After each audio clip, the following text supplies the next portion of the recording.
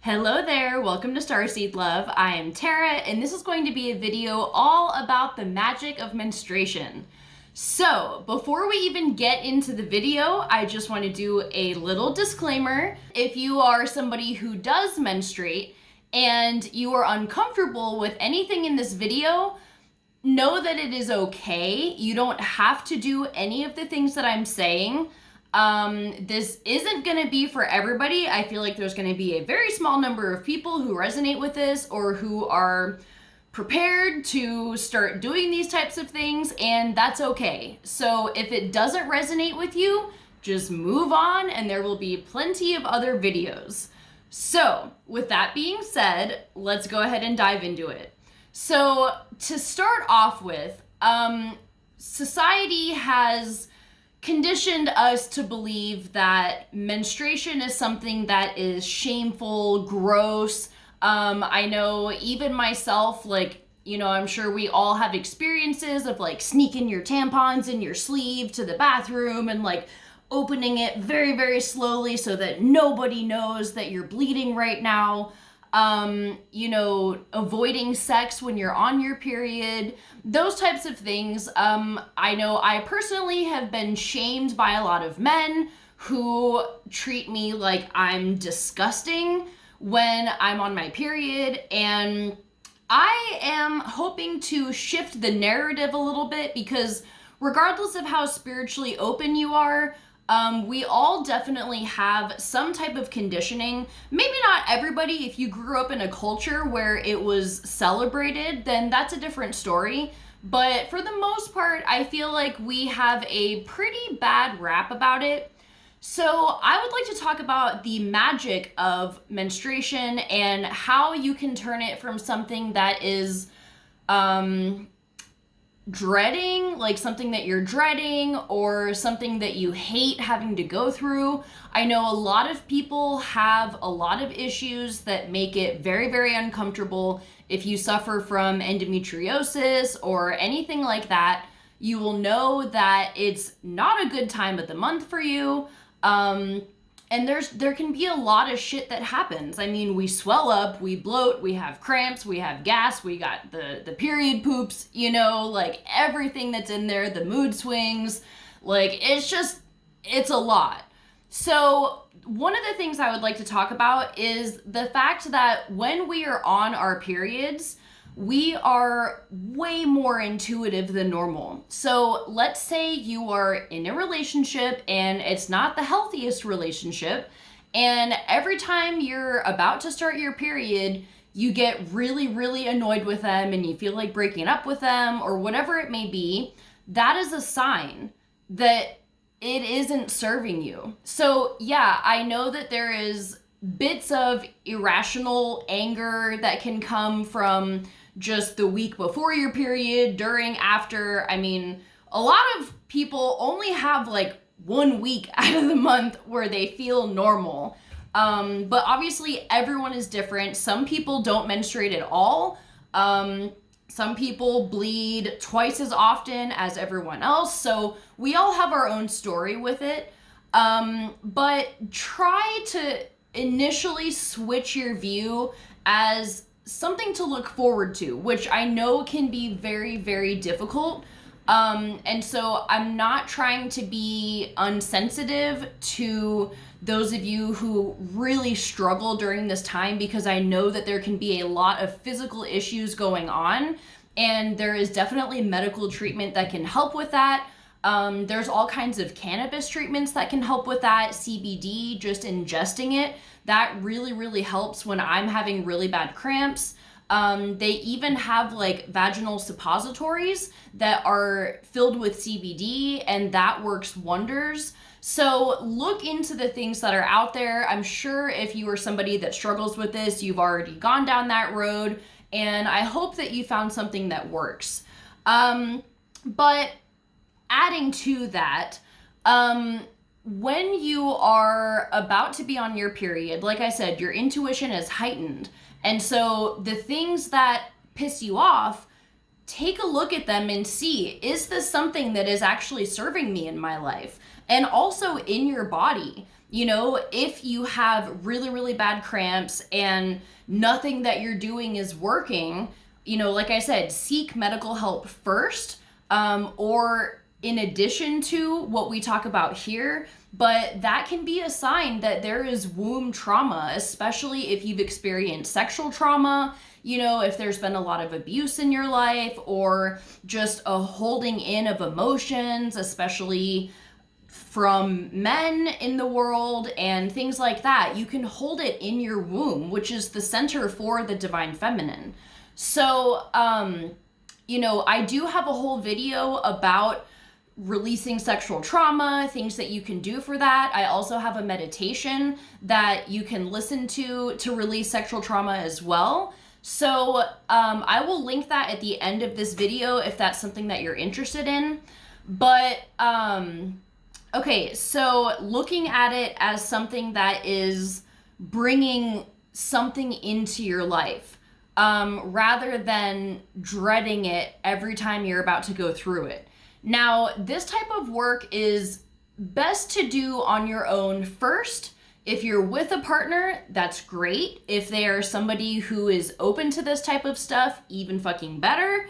But definitely you want to start at the bottom and kind of work your way up in terms of working with your menstrual blood and learning things that you can do with it, because it is a lot sometimes. You know, it took me a long time to be able to be comfortable with my blood, handling my blood.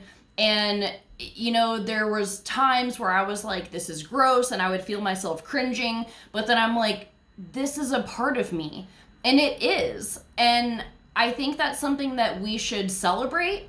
And also, menstrual blood is extremely powerful. It's packed with stem cells, which can literally work miracles. There is a dude, I wish I could find his name. I have looked and looked for it, but I read this article about this dude. He was a, like, I don't know, some kind of biologist, like body shit, and he was researching stem cells, and he was working with menstrual blood and noticed that it was packed with stem cells. So he was an older man. I think he was like in his 50s. He was graying, and he started ingesting capsules of menstrual blood. I don't know where he got it from, if it was somebody that he knew. Obviously, I'm sure there was protocols in place to like see like blood compatibility, make sure there's no like, you know, diseases or anything in that person before he's ingesting it. So this isn't something I would recommend. Like, if it's your blood, great, but like I wouldn't go like ingesting other people's blood. Just feel like I have to say that. But basically, after like a couple months of doing this, he literally grew all of his hair back in a thick, dark, full head of hair. So stem cells are regenerative. So there's a lot of things that you can use that for, and that's what we're gonna get into. So the first thing that you wanna do when you're starting to work with your blood and to do like blood magic and stuff like that is figure out a way to collect it. So blood magic is often imagined as like sacrificing people for Satan and like all this shit, but we have a natural, not infinite supply, but like monthly supply usually that we can use for things. So rather than using tampons, which are packed with carcinogens and just not good for vaginal health all around, you can use a menstrual cup. And these are gaining popularity, so if you're not using them already, you may have heard of them, but it's basically a silicone cup that you just like fold up, you stick it up there, and it like expands itself, and it just suctions in there. And then when you remove it, which does take a learning curve if you haven't used one before, so make sure you're like over a toilet in case there's like any spillage. But basically you can take the menstrual cup to capture all of the blood that you're shedding. And what I typically do is I'll pour, I have like a little mason jar under my sink, and I just pour the blood in there. Sometimes I'll pour the blood, I'll rinse, I'll fill the cup up with water in the sink and like swirl it around and then pour that in there too. So you can do that and then just screw the jar on tight, tuck it away, and just do that for the whole month. You don't need a lot of blood if you're doing it for like spells and stuff like that. I mean, there's really nothing that you need like an excessive amount for. So like, you know, and you also don't need a very big jar because it can be hard to like use what you've collected if you've got this big ass jar. So, okay, step one is collecting the blood. So once you have the blood collected, there is a myriad of things that you can do with it. So I'm gonna kind of start from like things that if this is your first intro to like working with menstrual blood and like kind of getting used to like being comfortable with that, I'm gonna start with those, and as we continue, it's gonna get like a little more intense for some people. And like I said, if at any point you decide this isn't for me, that's totally fine. We just don't need anyone shit talking in the comments because you're offended by period blood. So let's just try to keep it civil. So the first thing that you can do is either on a new moon or a full moon, depending on what your intentions are, you can take the blood that you've collected, fill it with water to make it, you know, spread a little bit more, and then go out to your garden, the earth, if there's like a sacred place, if you do rituals with herbs a lot, and you have a particular place that you like to pour out like the herbs after you've done a spell or, you know, anything like that. You can even put it in a spray bottle with water, and basically you're just gonna spray it on your plants, spray it in the soil. You can dump the water in your garden, even if you're growing vegetables or flowers or anything like that. And it will seriously enhance the health and well-being of the plants. Like, I have physically done this in my garden, and the flowers, like, out of everyone in my apartment complex, my flowers were like spilling over the thing, and everyone else's, there was like dirt and shit, and like it was insane. And they were vibrant and thriving. I have a beautiful rose bush. I have a red one in my garden, and it just is thriving. So it's really, really cool to do that. And it's also a way you want to do it with intention too, because think of it in the sense of you giving Mother Earth a sample of your energy, your biology, and she takes that and is like, okay, I see you, I feel you, this is what you need right now. It's literally this energetic exchange where even if you're not aware of it, you give that sample to Mother Earth so that she can then provide the things that you need. And that can be through synchronicity in life of like, you just randomly get the urge to start eating a different kind of food or whatever it may be. So she can help bring you things to bring you back into balance. It can also be an offering of gratitude to Mother Earth for providing everything that she does. And in a way, just kind of returning yourself to her. If you're pouring it in a sacred site that you use often, this can be another token of gratitude because you're nourishing the earth. The stem cells really are fucking powerful, and you will notice a difference in your plants if you start doing this. I'm telling you. There are studies about this. You can look them up. People have been doing this. Okay, so another thing that you can do if you're able to. I am not able to do this because I live in an apartment complex, and there's nowhere I can do this, not even in the middle of the night. Plus there's cameras everywhere, and I don't need any questions being asked more than people probably already wonder about me hanging out under the full moon at midnight. But if you are able to do this, you can free bleed onto the earth. Just go out there, you can pop a squat, you can just spread your legs, you can, child's pose where your knees are bent and you're kind of leaning on the ground. You can spread your legs open a little bit more so that you're opening the womb energy to connect with the earth. And this is really powerful to do even if you're not free bleeding onto the earth, you know, having your legs open like that. I like to put my hand in a triangle like this and connect my third eye, and like I have my head completely on the ground, and my heart, my third eye, and my womb are all connected with the earth. And you just kind of breathe that energy in. You can even like run your hands up your body and like imagine that you're bringing in the earth energy, directing it into your womb and up your chakras. So that's something that you can do. That's another type of like the garden thing with the offering, the connecting to the earth, the giving back type deal. So, okay, next you can use it in magic. So if you do candle magic, you can take a little bit of the blood and you can dress your candle with it. And that's basically, I mean, shit, you could even carve runes into the candle and then like take the blood and like run it over it and then like wipe it off and it stays in where you carved. So that would be a really great way to give your candle an extra boost. And basically when you're using your menstrual blood in magic, I mean really your blood in general in magic, you're amplifying the shit out of the energy. And particularly with menstrual blood and just its sacred properties, the divine feminine connections, it really fucking works. So, you know, you can even just drop a little bit like on the top of the candle. You can just like rub it down the sides of it a little bit.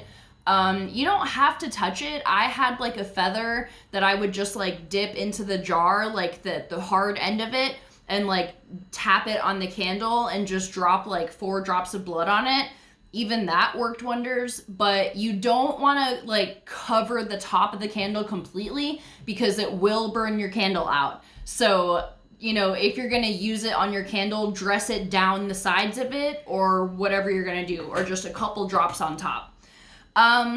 Okay, you can add it to your spell jars as well to add, to amplify the energy of it. I do not recommend love spells for people that you're not with.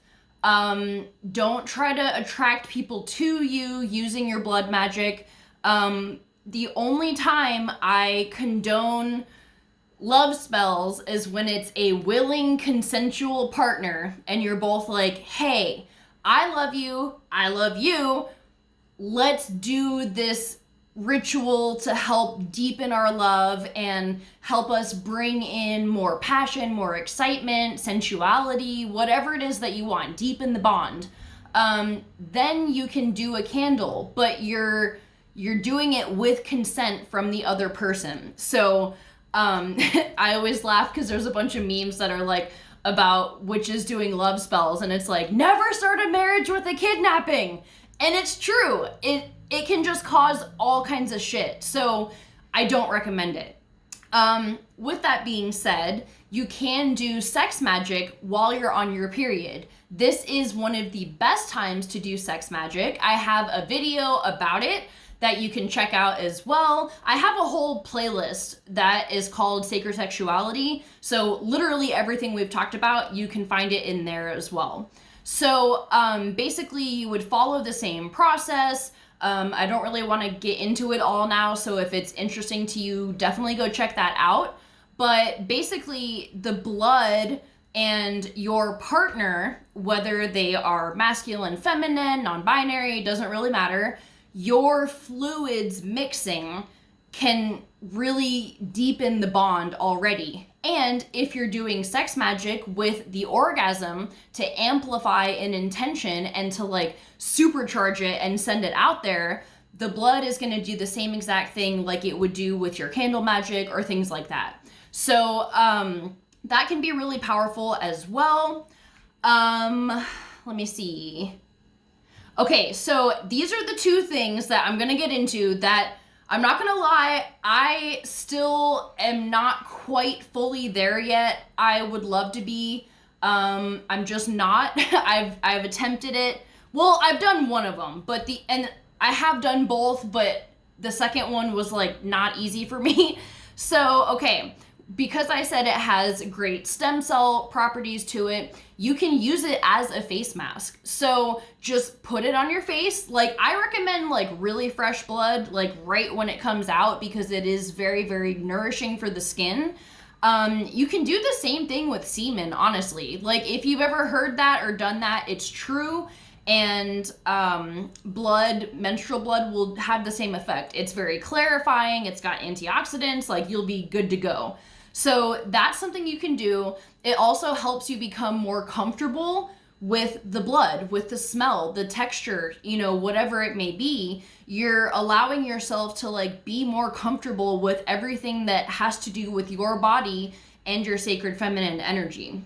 So the last thing we're going to talk about is ingesting it. So like I said, that dude in the beginning that was doing his research, he found that it had miraculously healing properties. And if you've ever heard, it's not that uncommon that women will ingest their placenta after they've had the baby, because it's packed with nutrients. It can help with postpartum depression. It helps give them energy after childbirth, and just they take it for, I don't know how long. I think it's a couple months, but you take it in capsules. So there's no like tasting it. I personally would like to give it a go with the capsules, because the other way that you can do it is you can mix a little bit in with a glass of wine, like red wine, so that you don't see it. It's harder to smell, but that's what I tried to do, and it was very hard for me, and I really wanted to be able to do it, but it just, I couldn't make it through the whole glass. So I didn't even put that much in there, and you don't need a lot. Like, I don't really know a measurement, like a teaspoon maybe, but I recommend the capsules if you're gonna ingest it, and watch what happens. And if this is something you have done, I would love to hear your feedback on any changes that you've noticed. Like I said, always try to be safe. Like, don't share blood with ingesting and stuff like that. You know, keep this to yourself. And also, I mean, you already know a lot of people are not comfortable with this type of shit. So be careful about who you talk about it with, because a lot of people may give you a lot of shit for it, and that's okay. You know, we can all take some heat sometimes, but it's just something that when you're doing goddess work, it can really help to just stay in your bubble and not let outside influences like bring you down for like, ew, you're fucking disgusting for doing that. Why would you ever even think of doing that? So don't let that happen to you, and just kind of see how it goes as you do this process. Like I said, if you aren't able, or like at the point where you can do these things, like, you know, I don't know anybody that could just like down a glass of their own blood. Like, that's pretty intense, and that's not like what I'm saying you have to do. But these are just some options that I really hope helps you tap into the divine feminine energy. I hope it helps you look within yourself and find ways to be excited about menstruating every month. And, you know, it's a great time to do rituals in general. If you are fortunate, you may be synced up with the new or the full moons. It may vary depending on your cycle, but if you are in line while you're bleeding with a new or a full moon or an eclipse or any celestial event, really, that can be a really great opportunity to do some rituals. Even if you're not necessarily incorporating the blood, you are very connected to spirit at that time. So just pay attention to whatever messages come your way, and any insights you get, and just know that you are powerful as fuck. And also, men are attracted to women when they are bleeding. So as much as they want to try to shame it and shun you from any kind of physical contact if you're bleeding, which I know not all men, like, we don't have to get into that, but enough men do. And, you know, if you have somebody like that in your life, I'm sorry. I pray that you find somebody who is accepting of it and willing to embrace that, because it is a part of you and it's just something that we should learn to accept about ourselves. So I'm gonna leave it at that. I really hope this is helpful. I would love to hear any feedback if this was helpful for you, and if you've done any kind of practices like this, how it went for you, and if you have any guidance for anyone else about it, feel free to share. All right, I love you guys so much. Have a great day, and I'll see you for our next video. Bye.